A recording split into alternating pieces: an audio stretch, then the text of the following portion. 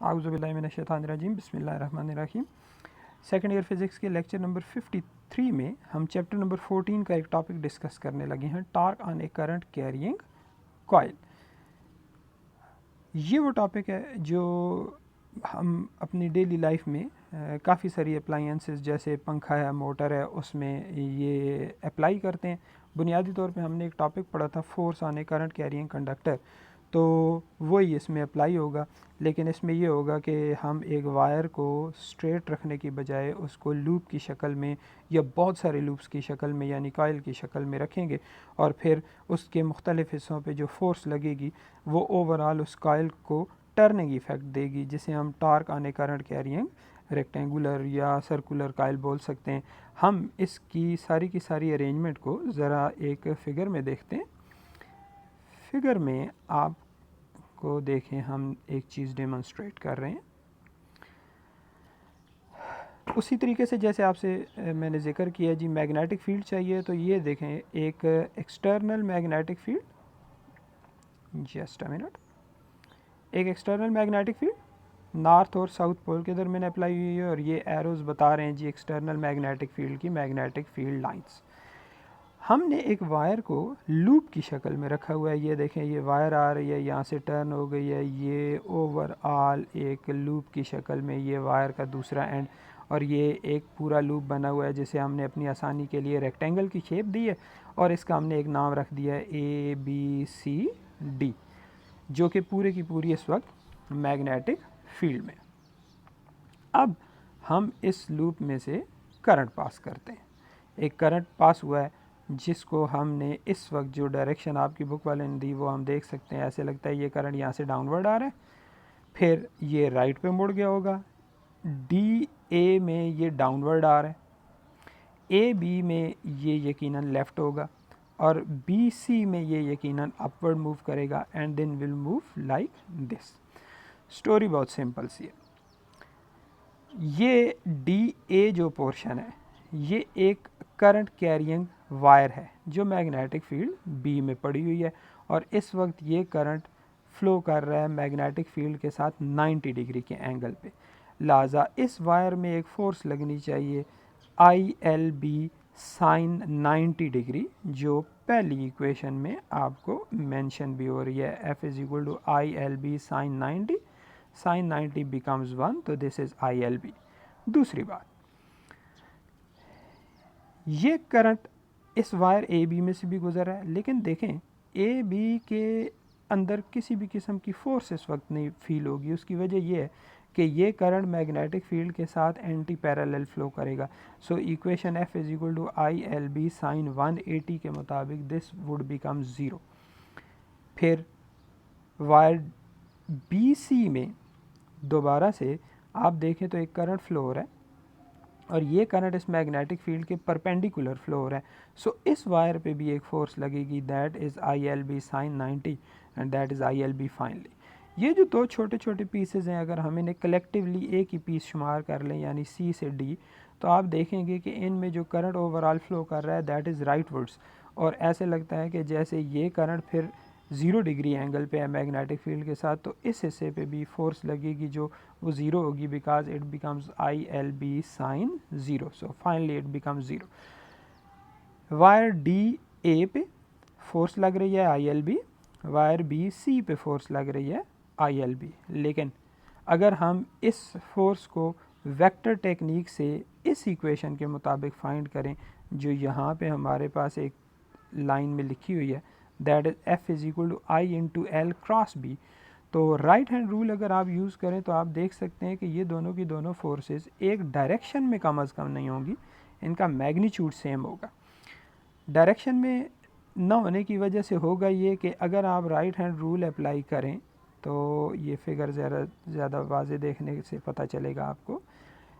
ऐसे लगता है जैसे DA पे लगने वाली जो फोर्स है उसको डॉट से शो किया गया, यानी इसके ऊपर लगने वाली force out of the paper होगी, इस पे लगने वाली फोर्स इनटू द पेपर होगी, और ये दोनों की दोनों फोर्सेस ओवरऑल एक ऐसा इम्पैक्ट देंगी कि ये इस लूप को इस एक्सिस के गिर्द रोटेट करवा देंगी, जो हमने एक्सिस यहाँ पे एक्स डैश लाइन की फॉर्म में शो किया है, और इनकी रोटेशन का हमने यहाँ पे इस एंटी क्लॉकवाइज सॉरी डायरेक्शन में शो भी किया। ये कहलाता है जी torque on a current loop when it is placed in a magnetic field. और इस टार्क को अगर मैथमेटिकली हम कैलकुलेट करना चाहें तो फोर्स इनटू मोमेंट आर्म के हिसाब से ये टार्क हो जाएगी आई एल बी इंटू ए। ज़रा आप ये नोटेशन देख लें क्या है। आई एल बी तो वो फोर्स है जो लग रही है, और ये दोनों की दोनों फोर्सेस एक्सिस ऑफ रोटेशन के अपोजिट डायरेक्शन में लग रही हैं, तो यकीनी सी बात है ये एक इस किस्म की फोर्सेस जो एक ही डायरेक्शन अपोजिट डायरेक्शन में लग रही हों लेकिन किसी बॉडी को रोटेट करने में एक दूसरे की हेल्प कर रही हों, ऐसी फोर्सेस को बोलते होते हैं फोर्सेस का कपल। तो ये कपल इस लूप को रोटेट कर रहा है, और इसमें जो मोमेंट आर्म होती है वो फिर दोनों फोर्सेस के दरमियान परपेंडिकुलर डिस्टेंस को कहते हैं, जो यहाँ पे बनेगा ए से लेकर बी तक का डिस्टेंस। इस ए से लेकर बी तक के डिस्टेंस को हम आम ज़ुबान में इस लूप की विड्थ कह सकते हैं, जिसे आपकी बुक वाले ने स्मॉल ए से डिनोट किया है। So total torque that is acting on this is I L B into A. Next जो स्टेप हुआ है इक्वेशन नंबर 15 में, दैट इज़ टू सिंपल। आपकी बुक वाले ने यहाँ पे लूप की लेंथ और लूप की विड्थ को आपस में मल्टीप्लाई कर दिया है और इसे उसने एरिया ऑफ द लूप की शक्ल में लिख दिया, tau is equal to I A B. इस टॉपिक में एक चीज़ बहुत इंपॉर्टेंट है जिसको ज़रूर हमें डिस्कस करना है, वो ये कि जब एक लूप करंट कैरिंग लूप एक मैग्नेटिक फील्ड में रोटेट करता है तो यकीनी सी बात है वो हमेशा इस तरीके से मैग्नेटिक फील्ड के पैरेलल नहीं रहता जैसे यहाँ पे लग रहा है। और ये इक्वेशन टॉर्क की या ये इक्वेशन टॉर्क की ये हर वक्त एप्लीकेबल नहीं है, ये तो सिर्फ़ और सिर्फ स्पेसिफिक केस में एप्लीकेबल है जब लूप पैरेलल पड़ा हुआ है मैग्नेटिक फील्ड के। अब जो इसमें फिर एक जनरल इक्वेशन बनाने की हम कोशिश करते हैं तो वो ज़रा आप इस फिगर को देखें। फ़र्ज़ करें ऐसा नहीं हुआ कि लूप इस वक्त मैग्नेटिक फील्ड के पैरेलल पड़ा हो, बल्कि आप ज़रा इस फिगर में थोड़ा सा गौर करें।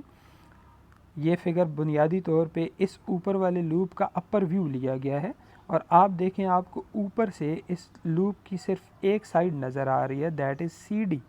ये वाली साइड सी डी आपको ऊपर से नज़र आ रही है। ऊपर से देखने से आपको जो मैग्नेटिक फील्ड नज़र आ रही है वो इस वक्त इस डायरेक्शन में होगी जिधर ये एक डॉटेड लाइन जा रही है।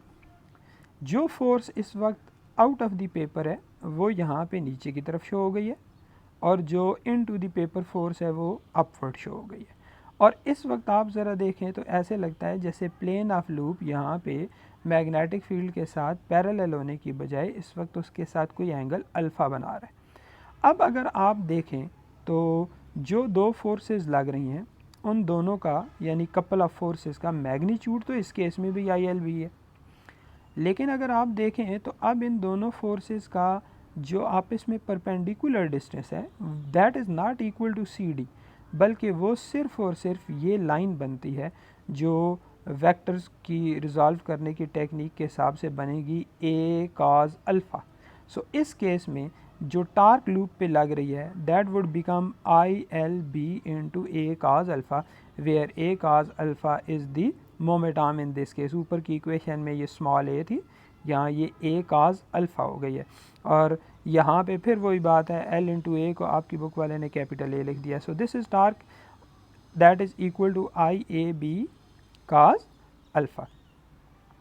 इस इक्वेशन की जो फाइनल शेप है इस टॉपिक में, जो फाइनल इक्वेशन होनी चाहिए वो शायद हेडिंग के मुताबिक ये होनी चाहिए, क्योंकि हेडिंग इसकी है torque on a current carrying coil in a magnetic field, और ये जो इक्वेशन आई है ये है torque on a current carrying loop in a magnetic field. तो फ़र्ज़ करें आप एक कॉइल ले लेते हैं जिसमें ऐसे n टर्न्स हैं, जैसे 100, 200, 1000, 2000 टर्न्स हैं, तो फिर हर टर्न पे इतनी टार्क एक्ट करेगी। सो जो टोटल टार्क हो जाएगी that would be tau equal to N I B A cos alpha, और n से मुराद होगी द नंबर ऑफ़ टर्न्स जो कि इस कॉइल के पास हैं। ये टॉपिक हमारा यहाँ पे कंक्लूड हो रहा है। इंशाल्लाह नेक्स्ट लेक्चर में हम नेक्स्ट टॉपिक के साथ आएंगे और वो नेक्स्ट टॉपिक हमारा होगा galvanometer thank you very much.